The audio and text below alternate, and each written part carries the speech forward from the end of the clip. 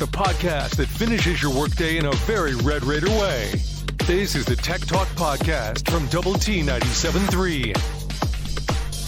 Hey there, it's Tech Talk on Double T 97.3 and Double T 97.3.com with Dr. Mike Gustafson and Clint Scott. I'm Aaron Dickens. That's a universal sign for did you get my email? I didn't mean to just stall the show there. Wasn't quite sure. Trying to do hand signs. I thought you were double waving at me. The air flute or something.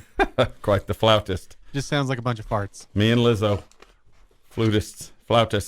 Love to get y'all's thoughts and comments today on the Yates Flooring Center chat line at Double T 97.3.com.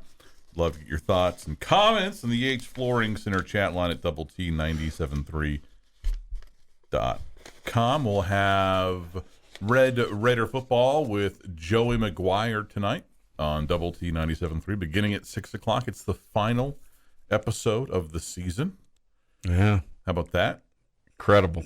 Goes so quick. And Thursday night football on 100.7 The Score, Titans at the Packers. How you going, Gus? I'm good. Couple of interesting little news tidbits that landed close to home today. I hope I'm not scooping. I don't think I'm scooping anybody. But in no particular order, tied for first. The 2024 All Star Game awarded to the Rangers in Arlington, which is cool. How about that? Yeah, and that's usually a reward for building a new stadium. That usually gets you in line. So that'll be cool. And I would encourage people that that like baseball, like that sort of thing, even if you can't pull tickets to the game itself, go get down there and get in on a futures game or something like that, because the whole scene's pretty good. Fan fest and all that. That was one tidbit Pomp and of circumstance. Yeah, a lot of it. Yeah, that's cool. And you'll be walking down a hallway or something like, hey, there's Fergie Jenkins. That's just sort of what happens there. But the other thing, Greg Sands, Texas Tech men's golf coach, a 7-year contract today, or it was announced this morning. So that's really good news. Yeah. Sands is, I assume he's the dean of Tech coaches now, but he's nowhere close to being the oldest, and not even close. I don't even know if Greg's. I don't even think he's 50 years old.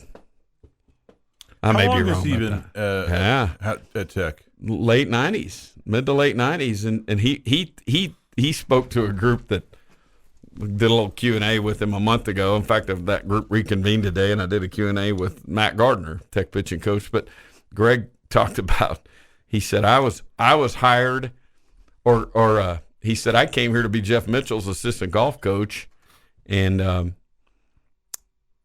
after 1 year, and I think Mitchell was like the head of golf, and then there was a men's coach and a women's coach, if I remember correctly, or a men's assistant, women's assistant. And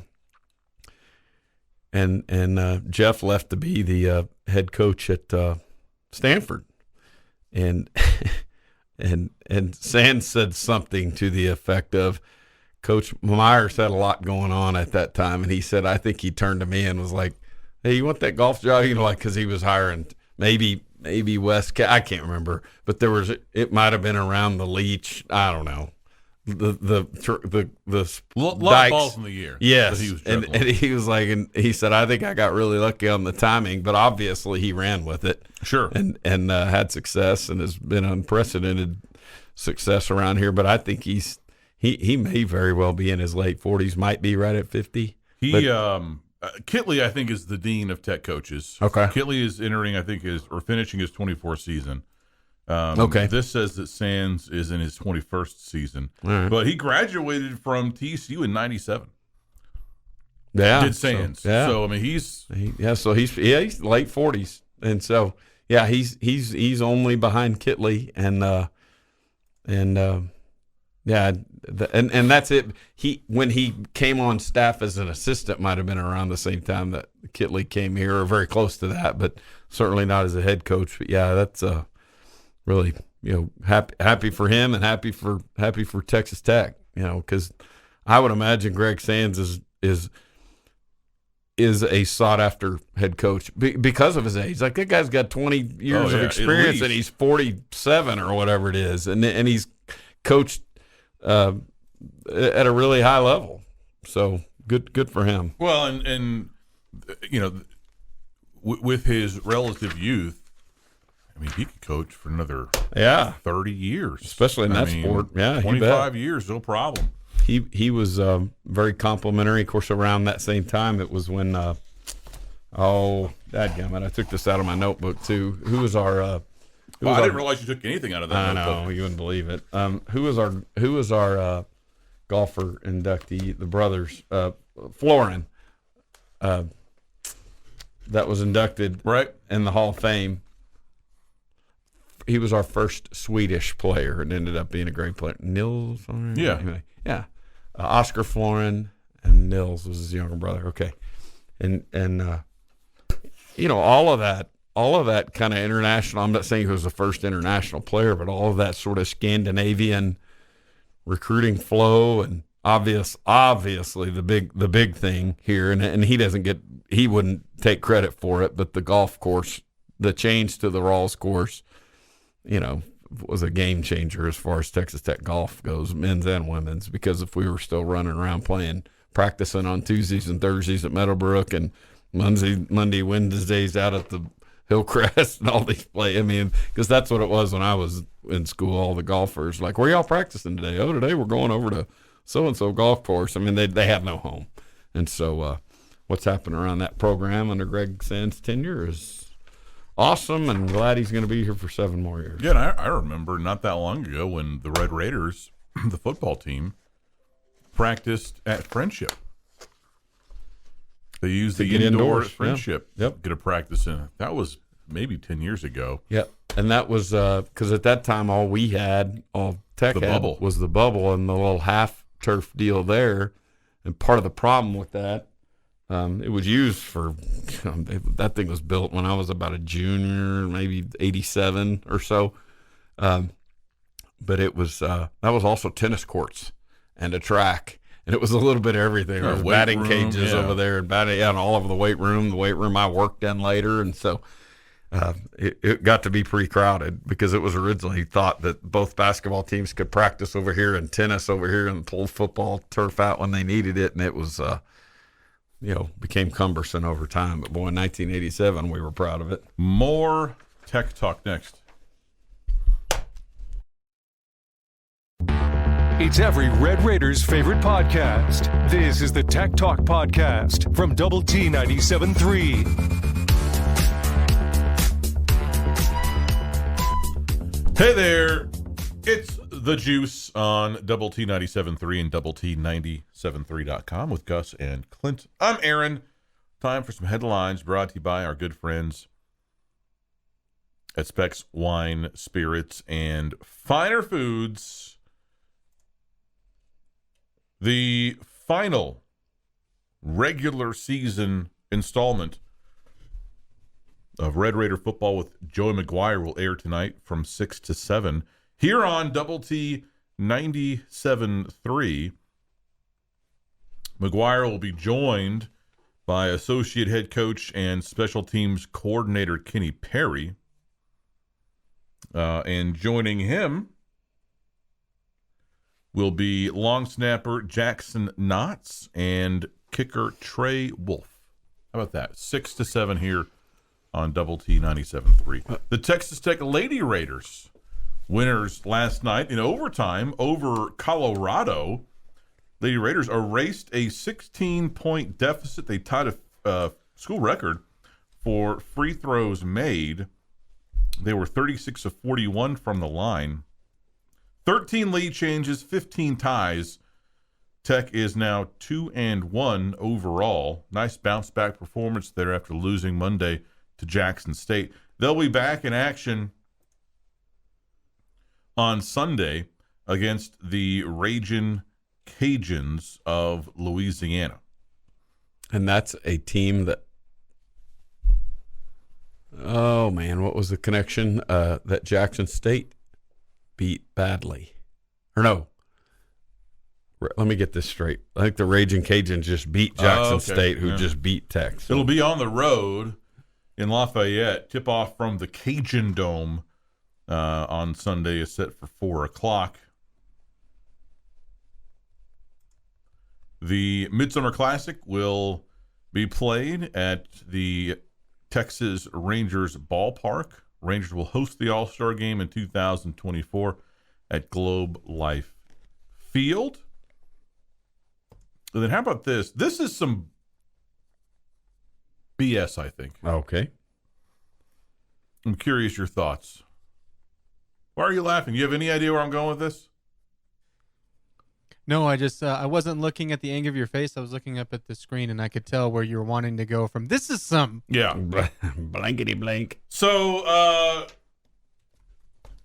supposed to be, and you sent me a DM about this, I think it was yesterday. The weather in Buffalo was supposed to be hellacious. Yeah. Right? There's a major, lake effect snow just sounds terrible to me. That just sounds like a miserable time. Different kind of beast. Yeah. And it's snowing now. It's supposed to really snow nonstop for the next few days. And sit there. Well, and the Bills have a home game, right? They've got a home game on the schedule. They're playing the Browns. Well, that game has been moved. That game will now be played in Detroit at 1 o'clock Eastern time. Yeah, and I think that was gonna that forecast has moved past the point of, oh, hey, a lot of snow. Because that's what the sports fan in me, in sort of in response or in concert with you guys in a tweet, I think you did, about the Western Michigan. Oh, yeah.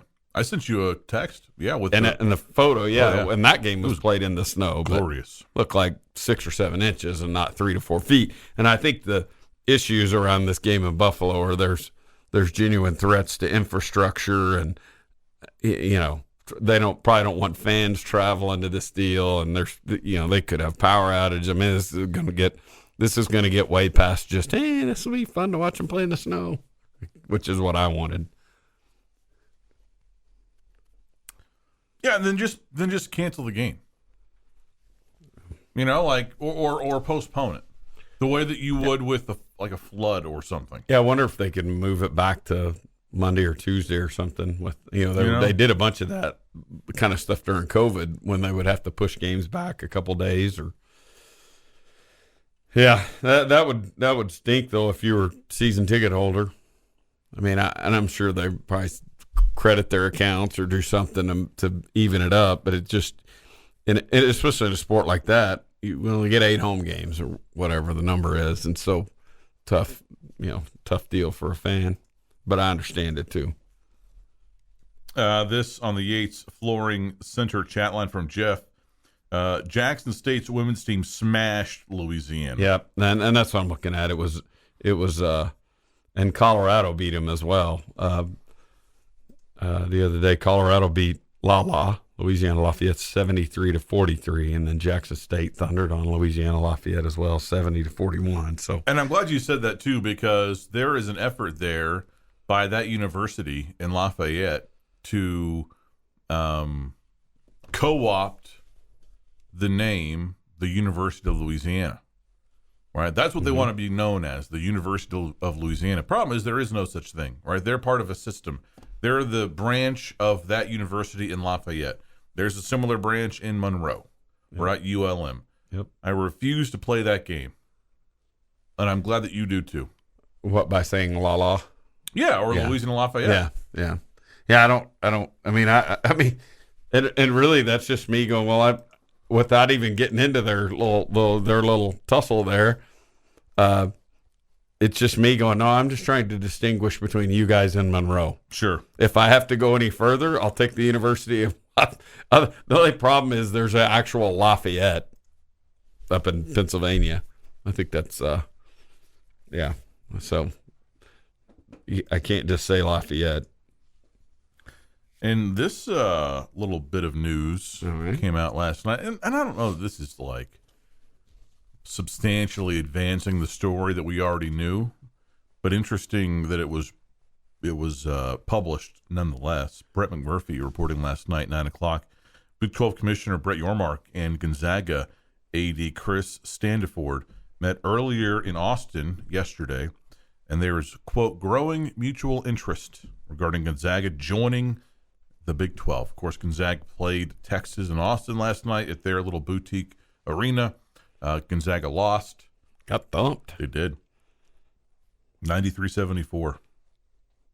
Wonder if this meeting took place before that game, right?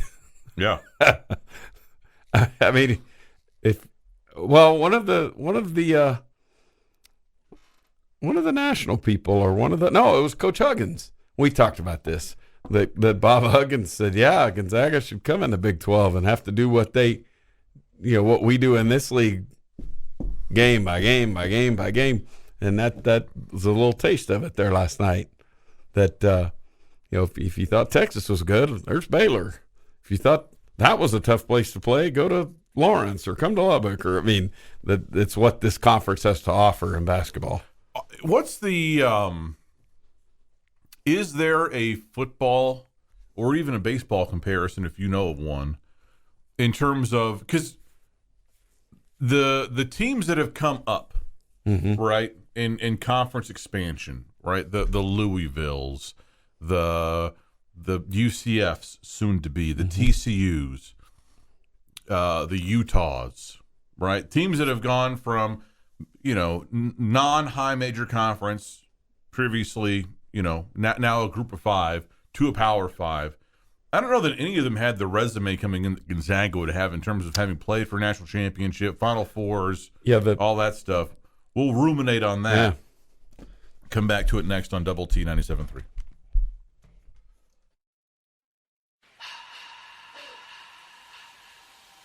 The podcast that finishes your workday in a very Red Raider way. This is the Tech Talk Podcast from Double T 97.3. Hi, how are you? Good afternoon. It's Tech Talk on Double T 97.3 and Double T 97.3.com with Mike Gustafson and Clint Scott. I'm Aaron Dickens. We'd love to hear your thoughts and comments on the Yates Flooring Center chat line at Double T 97.3.com. All guests appear via the Benchmark hotline. We were discussing earlier the report from Brett Murphy that Gonzaga's AD and Big 12 Commissioner Brett Yormark met in Austin yesterday to discuss Gonzaga potentially joining the Big 12. McMurphy's report said that there is, quote, growing mutual interest in Gonzaga joining the league. And so my question to you, Gus, was, has there ever been a scenario where a program has moved up from what is now known as a Group of 5 conference or a mid-major conference to a major conference, to a Power 5 conference, that had a better resume, had a better, history or whatever than Gonzaga would if it joined the Big 12? And when you say that, you're saying like specific to their sport or specific to a sport? Sure. It could be baseball, it could be football, whatever. I mean, Utah had the 05 season where it went undefeated, but it didn't play for a championship. It played in one major bowl game. TCU played in the Rose Bowl. They had a bunch of nice seasons, but they never really were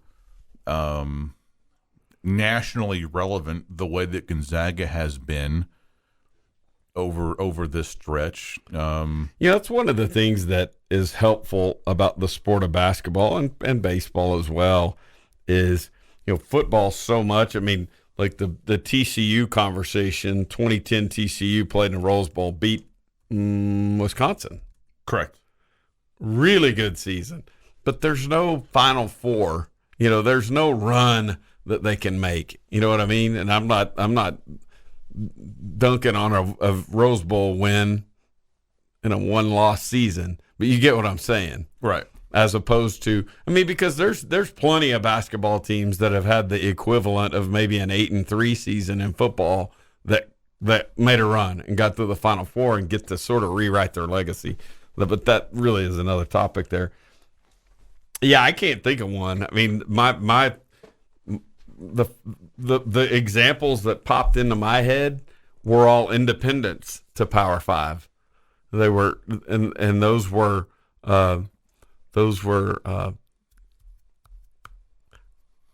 Miami, Florida State football, Penn State football, but those were all independent, especially in the sport of football. Now, Florida State played in the Metro Conference or whatever in basketball and baseball and all that stuff, but I think in football they were independent.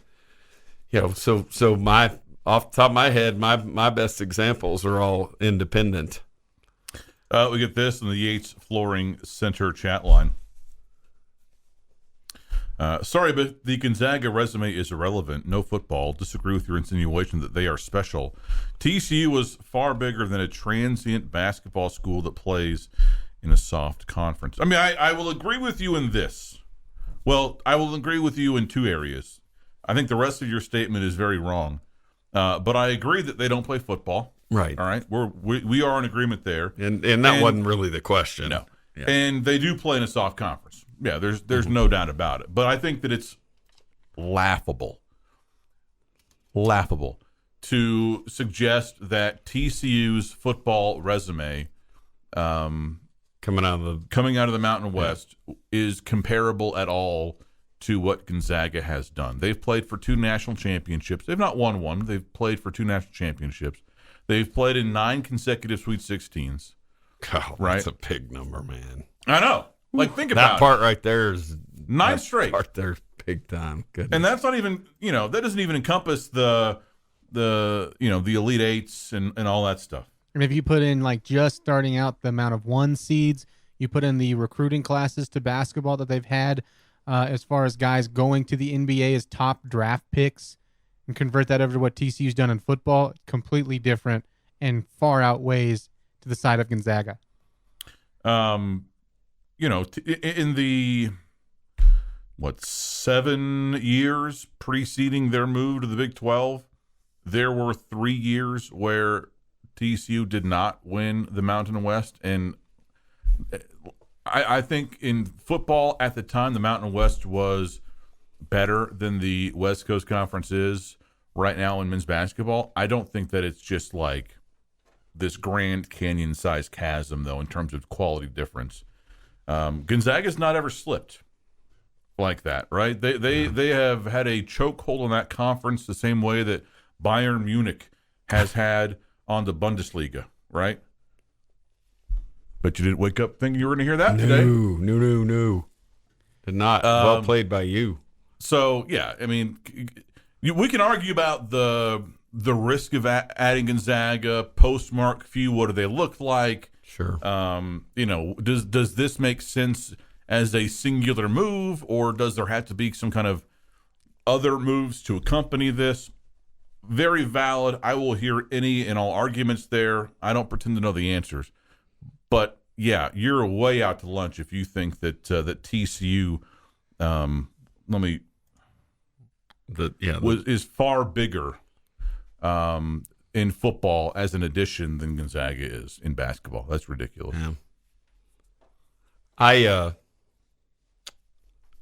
I've tried to come up with some good examples of exceptions or answers to your question, but the group of 5 to Power 5 thing, I can't.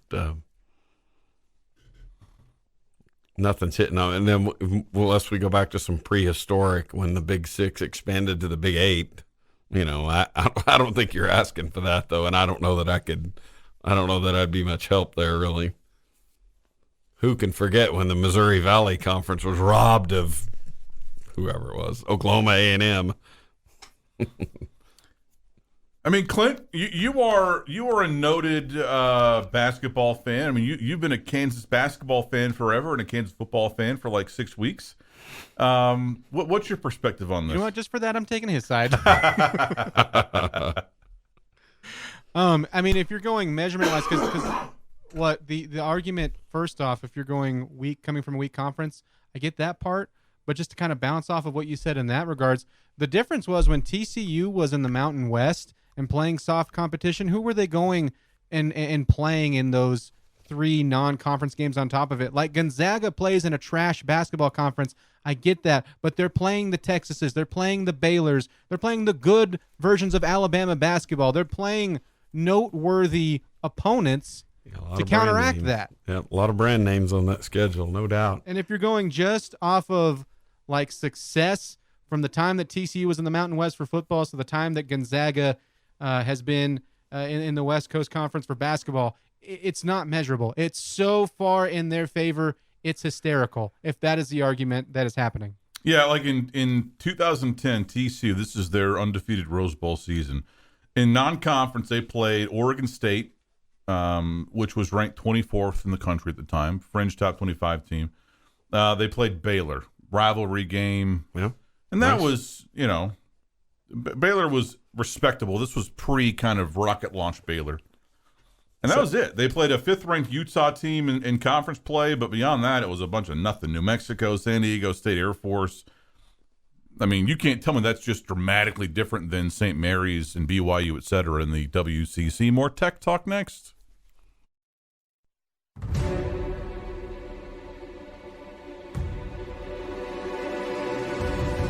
The podcast put together with Red Raider fans in mind. This is the Tech Talk Podcast from Double T 97.3. Hello there. It's Tech Talk on Double T 97.3 and Double T 97.3.com with Dr. Mike Gustafson and Clint Scott. I'm Aaron Dickens. We're joining you today until 6 o'clock. Would love to get your thoughts and your comments on the Yates Flooring Center chat line at Double T 97.3.com. Our friend El Jefe says this, Mbop by Hanson slaps, and then Bobby Hot Dog responds, nope. Yeah, like that's one of those songs that I just can't hate. Yeah, that's it's like Party in the USA by Miley Cyrus. Like I just can't. I'm ineffective against that song, or the Willow Smith song with my hair back and forth. Yeah, just too catchy just too catchy to be ignored. It's also one of those bands too. I've always wanted to go to like a party or somewhere with a DJ. Like, hey, have any requests? And it's like, yeah, can we do some Hanson Brothers deep tracks only, man? Yeah, deep cuts. Deep cuts. You have any B-sides? Hanson B-sides? Nice. Dude pulls out a 45, spins it over. I got you, bro. This in the Yates Flooring Center chat line. Somebody says, let's see, scroll. Quit using the Sweet 16 Elite 8 Final Four argument. All that matters is the national championship and winning it.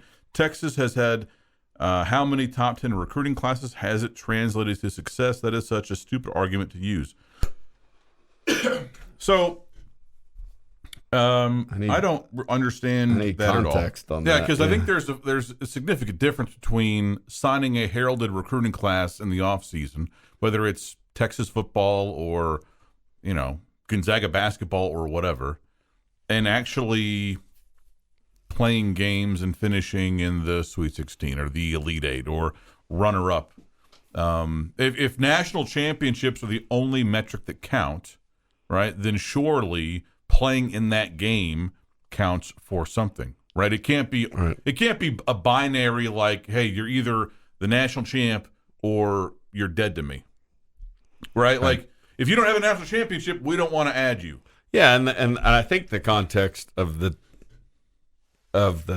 tweet is coming from the conversation we had an hour or so ago, 45 minutes ago, talking about the possibility of Gonzaga to the Big 12 and the idea that they would be as heralded a program. Specifically, the conversation was specific to their basketball. Obviously, they don't play football. We understand. But the idea that they would be as heralded a group of 5 program to join a specific program to join a Power 5 in our memories. And again, we're talking about the specific program. We're talking about a team, not all of Gonzaga is greater than all of everything else. And the comp that was brought up was the idea that TCU football, when they joined the Big 12, was far better than Gonzaga basketball. And so, and I think some of this is what I said. I think the sport of basketball creates, and maybe even baseball as well, but it creates a more of a Sweet 16. There's no such thing as a sweet. I think we'll get to that when we get our tournament. Right. When we get this, we'll get a 12-team playoff. That's going to have a name. Ooh, they made the playoffs 3 times in the last 8 years. That's going to be a big deal to be in the final 12. The terrific 12. Yeah. All we've got right now that's maybe even close to that. Obviously, we've got a Final Four or whatever, college football playoff, which is essentially a Final Four, and that becomes a metric like this. But before that, we would say New Year's Day bowls or something like that, or the rolls, sugar, orange, and because they're like, I realized this was 12 years Cotton. ago, and so folks maybe your memory fades somewhat. Everyone's does. There's a recency bias, right? But I don't recall anybody when TCU joined the Big 12 thinking, "Oh man, they're a buzzsaw. They're a buzzsaw coming into this league." They were a nice, respectable, feisty, hard out. But no one viewed them the way no one in football media viewed TCU the same way that people in the basketball media view Gonzaga right now. Mm-hmm. Right? Gonzaga is right now as much of a and you weigh in here if I'm speaking out of turn, Kansas fan, right? Because you're a fan of a blue blood type program, although not quite the quality of like Kentucky or Duke. Most wins in college basketball would argue that. But they're at that level, right? I mean, they are shoulder to shoulder. And again, I'm waiting to hear Clint tell me that I'm wrong. They're shoulder to shoulder in terms of reputation and perception with a Kansas, with a North Carolina, with a Duke, right, with a UCLA. Right now, oh yeah, no one was saying back in 2010, 11, 12, hey, TCU's just as good as Alabama, as Ohio State, as USC. Those conversations did not ever exist outside of maybe the killerfrogs.com message board. Yeah, very respect. And what Gary Patterson was doing at the time got a ton of attention because he was doing some things defensively that were really innovative. He was starting games in a nickel package essentially. They were 5 DBs on the field, and he was working to combat air raid type offenses. And so he was really respected, and they had done a bunch of winning. But I'm with you that I think that falls a little short of where Gonzaga basketball is at this point in time. Not once did they come in right from a season going, boy, look out for this TCU squad as a national championship contender. I don't care if Gonzaga hasn't actually won one yet, but as far as realistically going into the season, going, this is probably a 1 seed. And then them fulfilling that multiple times and then making tournament runs on top of it. That's so out of the water than from what you saw with TCU during that time. Like exactly. If an ESPN basketball analyst, if Dick Vitale or someone like that, came out and said, I think Gonzaga's going to win it all this year. Again, no one will bat an eye. No one will question him. In fact, they might go, okay, just going chalk, huh? We're just going to mail it in. Right, yeah, that's true. Whereas if you would have said that about TCU in 2011, you would have laughed off the show. Yep. Chris says the equivalent is if TCU had played in 9 consecutive BCS bowls and played for 2 national championships. Exactly. You've been listening to the Tech Talk Podcast from Double T 97.3. Check out Double T973.com for more from Lubbock Sports Station.